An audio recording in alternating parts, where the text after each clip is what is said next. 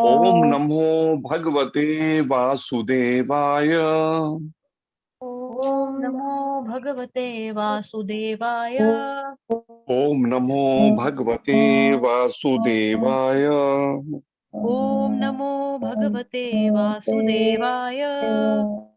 ओम अज्ञानतिमिरान्धस्य ओम अज्ञानतिमिरान्धस्य ज्ञानाञ्जन शलाकया ज्ञानाञ्जनशलाकया चक्षुरुन्मीलितं येन चक्षुरुन्मीलितं येन तस्मै श्रीगुरुवे नमः।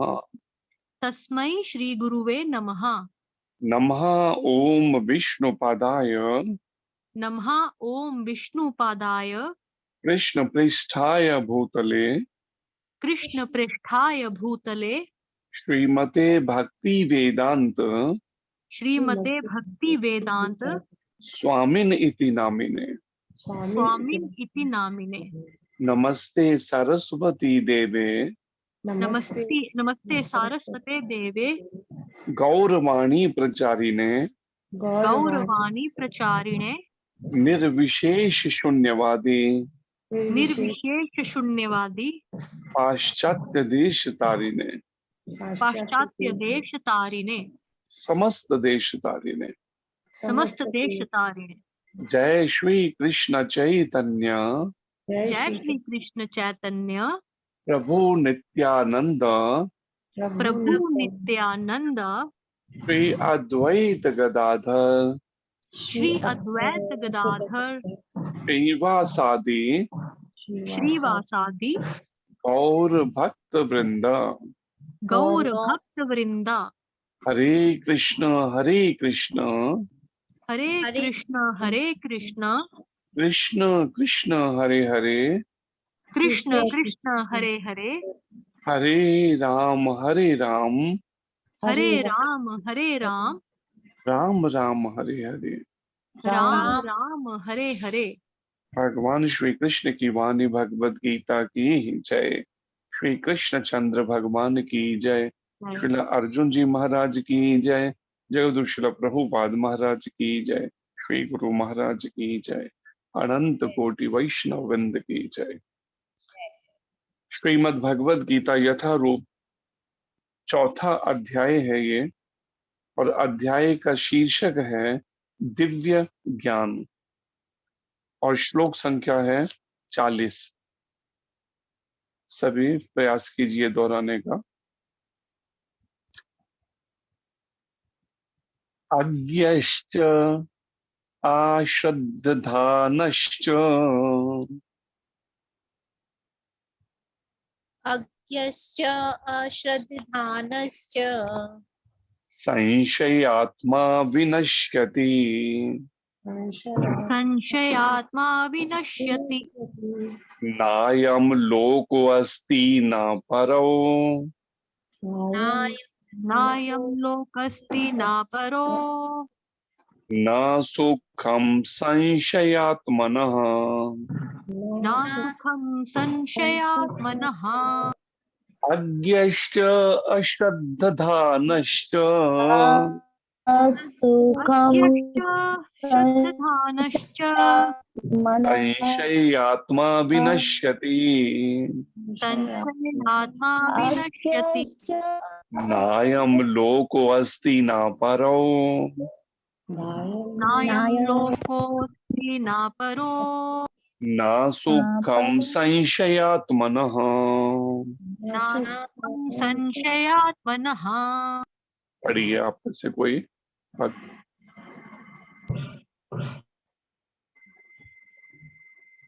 अज्ञश्च अश्रद्धानश्च संशयात्मा विनश्यति। नायं लोको अस्ति न परो न सुखं संशयात्मनः। बिल्कुल ठीक। हरे कृष्णा प्रभु जी, दंडवत प्रणाम प्रभु जी। हरे कृष्ण।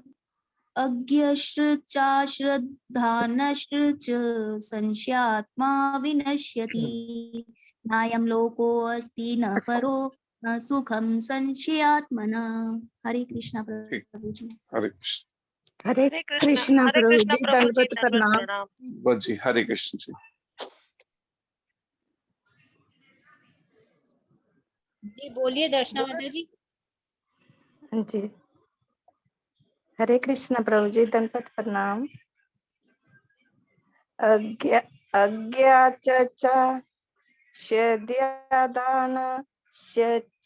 संशयात्मा विनिश्यति, नायं लोकोऽस्ति न परो न सुखम संशया आत्मना।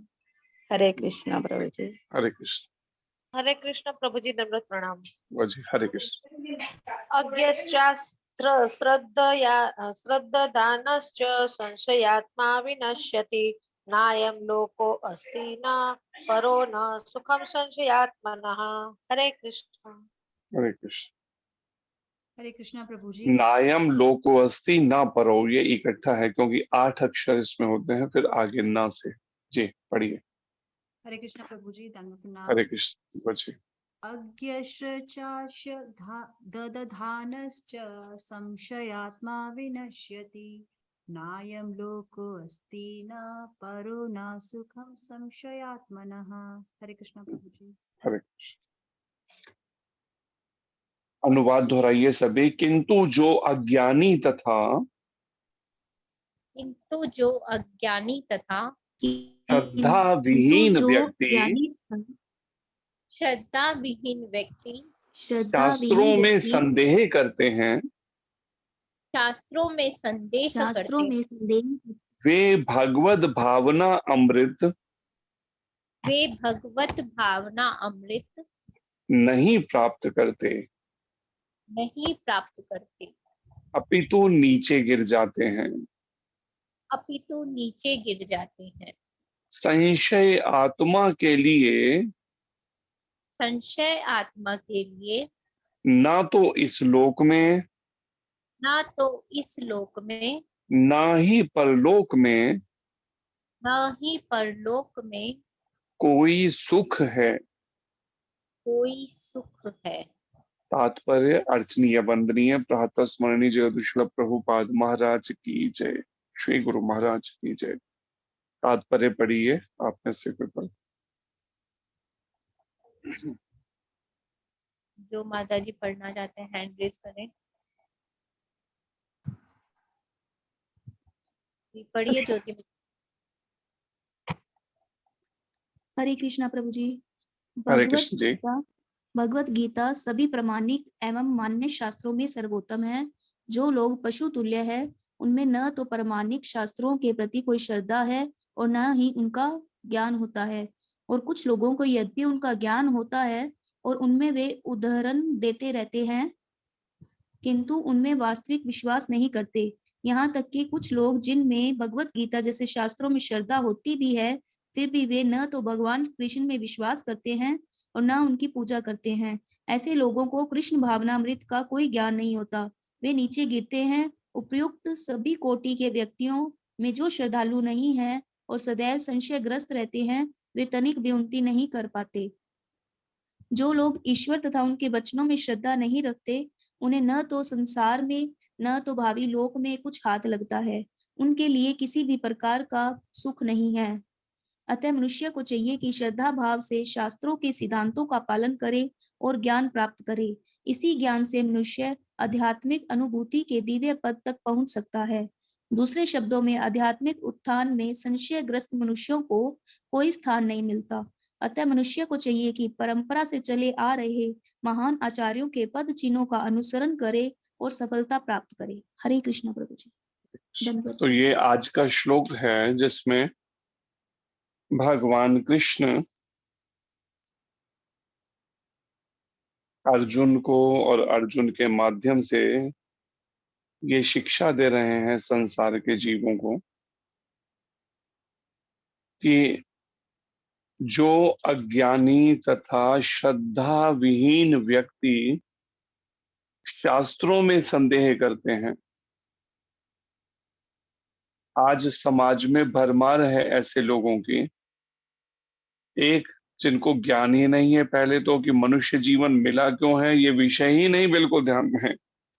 उनको तो बस लगता है कि जीवन मिला है तो वो तो केवल इसी कामों के लिए कि eat drink and B Mary, मैं और मेरा परिवार मिलकर कैसे हम कुछ धन कमाकर उससे इंद्रियों का तर्पण कर सकें परिवार के साथ। वो सोचते हैं बस यही जीवन है। समाज के अंदर अगर हम इस तरह से जीवन जी लेते हैं तो ये समझिए बस मनुष्य जीवन इसी काम के लिए मिला है।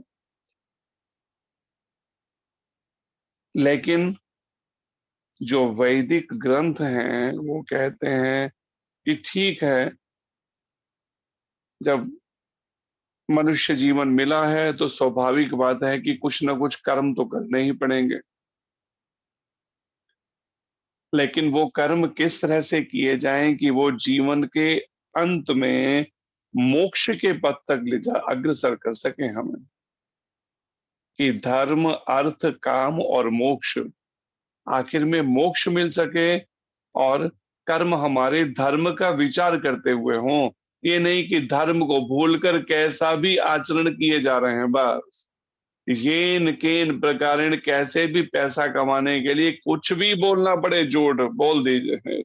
ये जो मानसिकता है ये बड़ी, किसे कह सकते हैं, बड़ी गलत मानसिकता है जो जीवों को पतन की तरफ लेकर जा रही है। एक तरफ गुरु महाराज कहते हैं कि सत्य बराबर तप नहीं, झूठ बराबर पाप, जाके हृदय साच है ताके हृदय प्रभु आप।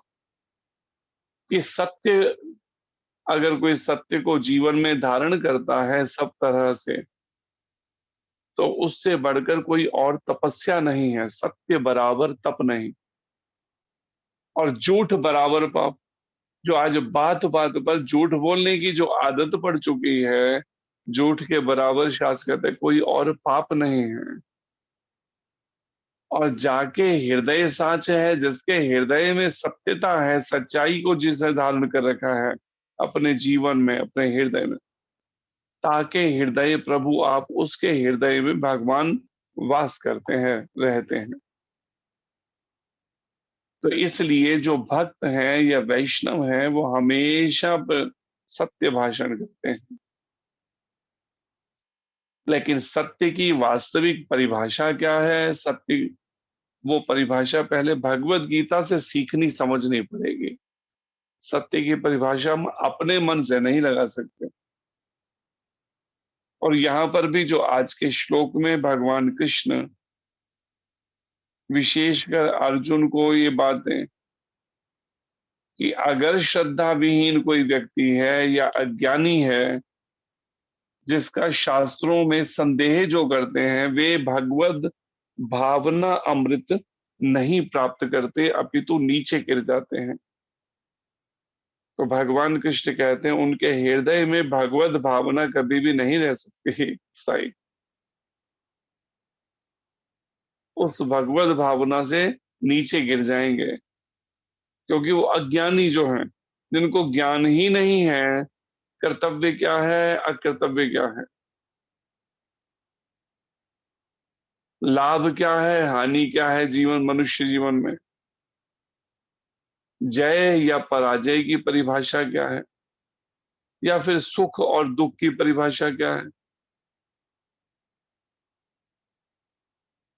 और संशय आत्मा के लिए फिर भगवान कृष्ण, जिसके मन में संशय है, शास्त्रों में बताई गई जो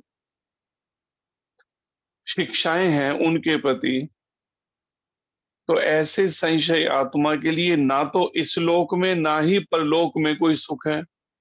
इस संसार में भी अगर वो रहेंगे तो हर समय सशंकित रहेंगे, बात बात पे दूसरों पे शंका करेंगे, हर समय संदेह दूसरों पे करना,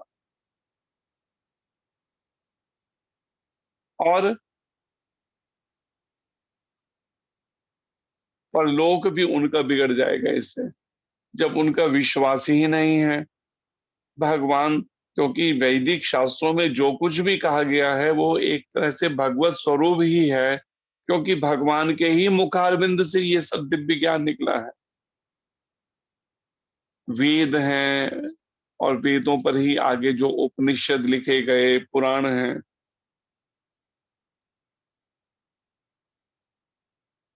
प्रभुपाद जी तात्पर्य में कहते हैं कि भगवत गीता सभी प्रमाणिक एवं मान्य शास्त्रों में सर्वोत्तम है। जितने भी प्रमाणिक और मान्य शास्त्र हैं, चाहे चारों वेद हैं या पंचम वेद जो महाभारत है, जिसका महाभारत का ही एक ये अंश है भगवत गीता, तो ये सर्वोत्तम है। जो लोग पशु तुल्य हैं, उनमें ना तो प्रमाणिक शास्त्रों के प्रति कोई श्रद्धा है और ना उनका ज्ञान होता है। और कुछ लोगों को यद्यपि उनका ज्ञान होता है और उनमें से वे उद्धरण देते रहते हैं, किंतु उनमें वास्तविक विश्वास नहीं करते। फिर प्रभुपाद जी कहते हैं पशु तुल्य समाज में ऐसे बहुत से लोग हैं जो केवल पशु तुल्य अर्थात केवल पाशविक वृत्ति में लगे हैं, खाना, सोना, इंद्रियों का तर्पण करना और शरीर की और परिवार की चिंता करना। ये पाशविक जीवन का एक लक्षण है, पशुवत। मनुष्य जीवन मात्र इस कामों के लिए नहीं मिला। तो जो पूरी तरह से केवल इन्हीं चार कामों में लगे हैं, इंद्रियों के तर्पण में, और तो एक तरह से उनमें प्रमाणिक शास्त्रों के प्रति ना तो श्रद्धा होती है, वो किसी वैदिक शास्त्र को मानते हैं। आज कितनी संस्थाएं हैं जो वो शास्त्रों को ही नहीं मानती, वेदों को, पुराणों को, या इनको मानती ही नहीं है। वो अपनी ही कोई लिख लेंगे, एक कोई पुस्तक लिख लेंगे और उसी का प्रचार शुरू कर देंगे अपने मन गणंत लिखे हुए मन के आधार पर।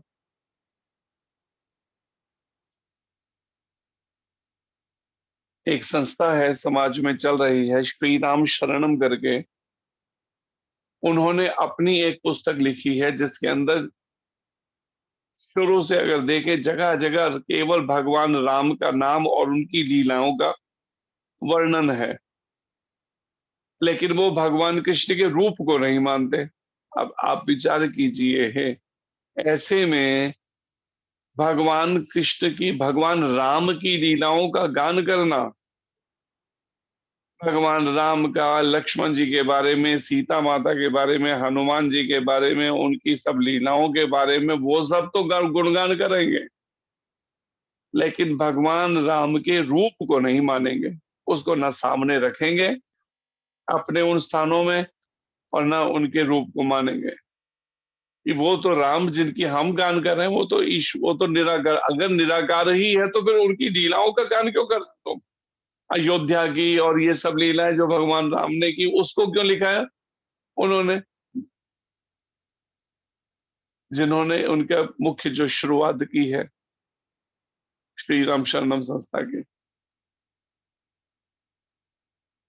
तो ये आज समाज में बहुत ज्यादा है इस तरह का भटकाव। एक संस्था है, कहने को राधा स्वामी है, लेकिन ना वो राधा जी को मानते हैं, ना राधा जी के स्वामी कृष्ण को मानते हैं, लेकिन नाम राधा स्वामी है। तो यहाँ पर जो वर्णन है, प्रभुपाद जी कहते हैं कि एक तो वो ना तो श्रद्धा है उनकी प्रमाणिक शास्त्रों में, केवल पाशविक जीवन, केवल कैसे अच्छे से अपना खान पान, रहन सहन, बस इसी में ही मुख्य रूप से अपनी अलग ही परिभाषा निकाल रखी है धर्म की सामान्यतः समाज में। और उनमें से वे कई बार उदाहरण भी देते हैं, जैसे हमने बताया कि राम जी की लीलाओं का गान कर रहे हैं, उदाहरण दिए जा रहे हैं, लेकिन वास्तव में विश्वास नहीं है उनमें, इसलिए उनके रूप को स्वीकार नहीं करना अपने आप में ये भी एक अपराध है। या किसी का आप नाम तो ले लेकिन उसे रूप को नहीं मानेंगे, तो परिणाम में रूप को नहीं मानना एक तरह से उसका तिरस्कार करना ही तो है, अपमान करना ही तो है।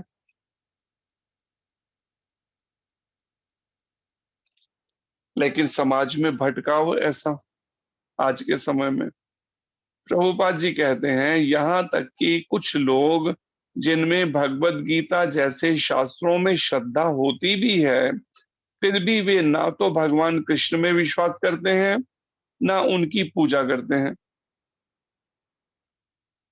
फिर बहुत सारी ऐसी भी हैं संस्थाएं जो गीता का तो बड़ा वो करेंगे, गीता के ऊपर अपनी अपनी व्याख्याएं लिख के उसका प्रचार तो करेंगे, लेकिन कृष्ण पर विश्वास, भगवान कृष्ण को भगवान नहीं मानेंगे।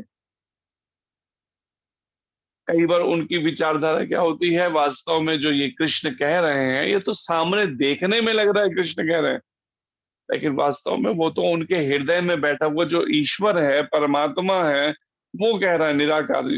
इस तरह की मनगढ़ंत व्याख्याएं करेंगे। तो प्रभुपाद जी यही बात यहाँ पर कह रहे हैं कि भगवत गीता जैसे शास्त्रों में श्रद्धा कुछ की है भी कुछ लोगों की, लेकिन कैसी श्रद्धा है, फिर भी वे ना तो भगवान कृष्ण में विश्वास करते हैं ना उनकी पूजा करते हैं, और श्लोक गीता के कंठस्थ कर रखे, लेकिन उनके अर्थ अपने मनगढ़ंत ले रखे हैं, उनके रूप को ना मानकर ईश्वर के। ऐसे लोगों को कृष्ण भावना अमृत का कोई ज्ञान नहीं होता, वे नीचे गिरते हैं। प्रभुपाद जी कह रहे थे कि वास्तव में भगवान कृष्ण के प्रति जो भावना रूपी अमृत है, इसका उन्हें कोई ज्ञान नहीं, क्योंकि वो भावना को तो ज्ञान तब हो जब उनके रूप को माने, जब रूप को ही नहीं मानते तो भावना, कृष्ण भावना का कहां से उनमें भाव विकसित हो भगवान कृष्ण के प्रति, भाव और प्रेम। इसलिए वे नीचे गिरते हैं। प्रभुपाद जी कहते हैं उपयुक्त सभी कोटि के व्यक्तियों में जो श्रद्धालु नहीं है, और ऊपर जिन जिनका वर्णन है, सभी तरह के वो लोग अलग अलग पंथों से, अलग अलग संस्थाओं से जुड़े हुए, वे व्यक्ति जो अभी श्रद्धालु नहीं है भगवान कृष्ण के प्रति और सदैव संशयग्रस्त रहते हैं भगवान कृष्ण और उनकी लीलाओं के प्रति। जैसे सिख पंथ के जो 10वें गुरु हैं, गुरु गोविंद सिंह जी, उन्होंने एक ग्रंथ लिखा, दशम ग्रंथ, जिसमें भगवान कृष्ण की बचपन से लेके एक एक लीला का वर्णन, लेकिन उस ग्रंथ का प्रचार नहीं किया जाता। तो यहाँ पर भी यही बात कही जा रही है। प्रभुपाद जी कहते हैं कि जो लोग ईश्वर, ऐसे लोग उपयुक्त सभी कोटि के व्यक्तियों में जो श्रद्धालु नहीं हैं और सदैव संशयग्रस्त रहते हैं, वे तनिक भी उन्नति नहीं कर पाते, थोड़ी भी उन्नति नहीं हो पाती उनकी। जो लोग ईश्वर तथा उनके वचनों में श्रद्धा नहीं रखते, उन्हें ना तो इस संसार में न भावी लोक में कुछ हाथ लगता है, न इस संसार में न भावी लोक में आगे जो है और लोक में कुछ हाथ लगने वाला है, उनको कुछ प्राप्ति होने वाली नहीं है। उनके लिए किसी भी प्रकार का सुख नहीं है, ना यहाँ रहते हैं तो यहाँ भी सुखी नहीं क्योंकि संशयग्रस्त हैं, और आगे जाके परलोक में कुछ मिल ही नहीं पाता क्योंकि उन्होंने कभी माना ही नहीं ना ईश्वर को यथा रूप में वैसा ही। अतः मनुष्य को चाहिए कि श्रद्धा भाव से शास्त्रों के सिद्धांतों का पालन करे और ज्ञान प्राप्त करे। इसलिए प्रभुपाद जी ये निष्कर्ष निकाल बता रहे हैं कि मनुष्य को तो चाहिए कि वो बड़े श्रद्धा भाव के साथ शास्त्रों के सिद्धांतों का पालन करे। जो शास्त्र में सिद्धांत बताए गए हैं मनुष्यों के लिए, ब्राह्मण क्षत्रिय वैश्य शूद्र के लिए, ब्रह्मचारी गृहस्थी वानप्रस्थी सन्यासी के लिए, तो उसको उन शास्त्रों के सिद्धांतों का वो पालन करे बड़ी श्रद्धा के साथ और ज्ञान प्राप्त करे। मनुष्य को चाहिए इसी ज्ञान से मनुष्य आध्यात्मिक अनुभूति के दिव्य पद तक पहुंच सकता है। और अगर ऐसा कोई मनुष्य करता है कि श्रद्धा भाव से शास्त्रों के सिद्धांतों का पालन करता है जीवन में और ज्ञान प्राप्त करता है, ये भगवत संबंधी ज्ञान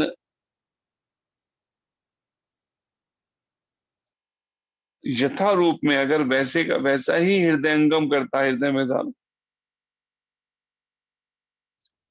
तो इसी ज्ञान से मनुष्य आध्यात्मिक अनुभूति के दिव्य पद तक पहुंच सकता है। उसको कुछ आध्यात्मिक अनुभूतियां या अनुभव हो सकते हैं ऐसे व्यक्ति को। इसलिए जैसे कहा है ना, श्रद्धावानम लभते ज्ञानम, जिसके हृदय में श्रद्धा भाव है वो ज्ञान प्राप्त कर पाता है। इसी ज्ञान से मनुष्य आध्यात्मिक अनुभूति के पद पर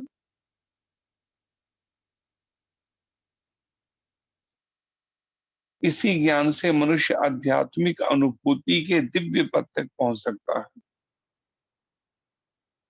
दूसरे शब्दों में आध्यात्मिक उत्थान में संशयग्रस्त मनुष्यों को कोई स्थान नहीं मिलता। जिनके मन में संशय है, जैसे यहाँ भी वर्णन संशय आत्मा विनश्यति, वो गुरुजनों से और शास्त्र से ज्ञान भी ले रहा है लेकिन मन में संशय बने, मेरे को प्राप्ति तो नहीं हो पाएगी भगवान की, मेरे को नहीं लगता संभव है इस जन्म में मैं प्राप्ति कर पाऊंगा या कर पाऊंगी। जब पहले ही मन में संशय भरे हैं उसको तो प्राप्ति कैसे होगी। जैसे गुरु महाराज कहते हैं, कोई फौजी बॉर्डर पर लड़ने के लिए जाए, अब लड़ने के लिए बॉर्डर पे तो पहुंच गया लेकिन मन में क्या सोच रहा है कि ये लड़ाई तो संभव नहीं मैं जीत पाऊं। तो महाराज जी कहते हैं आधी लड़ाई तो वैसे ही वो हार गया, 50% तो, क्योंकि मन के अंदर उसका विश्वास ही नहीं है इस बात के ऊपर। तो यहाँ पर प्रभुपाद जी कहते हैं कि आध्यात्मिक उत्थान में संशयग्रस्त मनुष्यों को कोई स्थान नहीं मिलता। आध्यात्मिक उत्थान में स्थान है, आध्यात्मिक उत्थान तो उन्हीं का होगा जिनके मन में कोई संशय नहीं है। अतः मनुष्य को चाहिए कि परंपरा से चले आ रहे महान आचार्यों के पद चिन्हों का अनुसरण करे और सफलता प्राप्त करे। इसलिए आखिर में प्रभुपाद जी निष्कर्ष बता रहे हैं आज के इस श्लोक का कि मनुष्य को चाहिए कि वो संशय रहित तो होकर परंपरा से जो चले आ रहे महान आचार्य हैं भगवान कृष्ण से, जैसे ये श्री ब्रह्म संप्रदाय में या श्री ब्रह्म मधव गौड़ीय संप्रदाय के अंदर भगवान कृष्ण ने ब्रह्मा जी को, ब्रह्मा जी ने नारद जी को, नारद जी ने भगवान वेद व्यास जी को, भगवान वेद व्यास जी ने श्री मध्वाचार्य जी को, जो दक्षिण भारत में हुए। इस तरह से सतयुग से चलती हुई मध्वाचार्य जी से होती हुई चैतन्य महाप्रभु जो 22वें गुरु के रूप में आए, और प्रभुपाद जी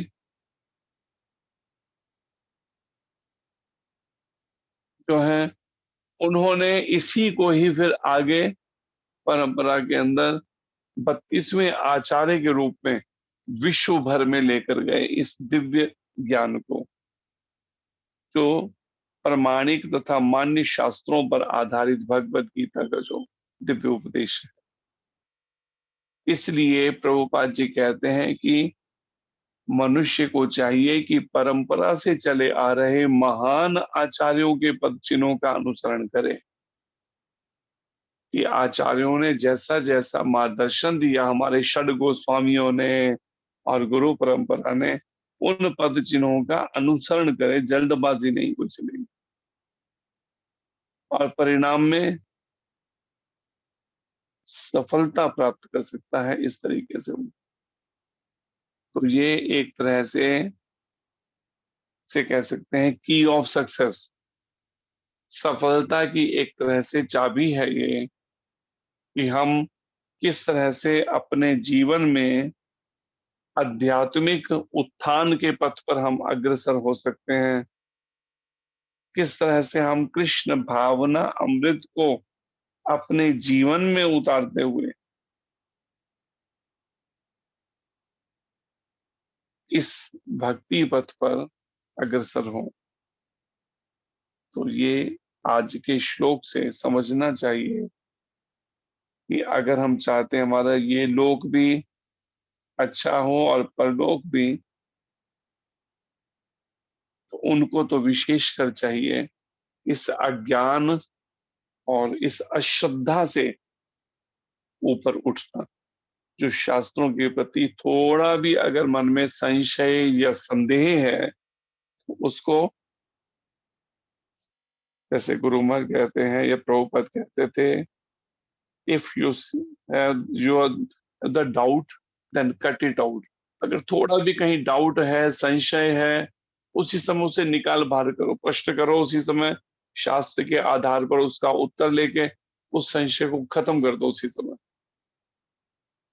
क्योंकि जब तक मन में संशय रहेंगे तब तक संभव नहीं है आध्यात्मिक उत्थान। हरे कृष्णा, धन्यवाद।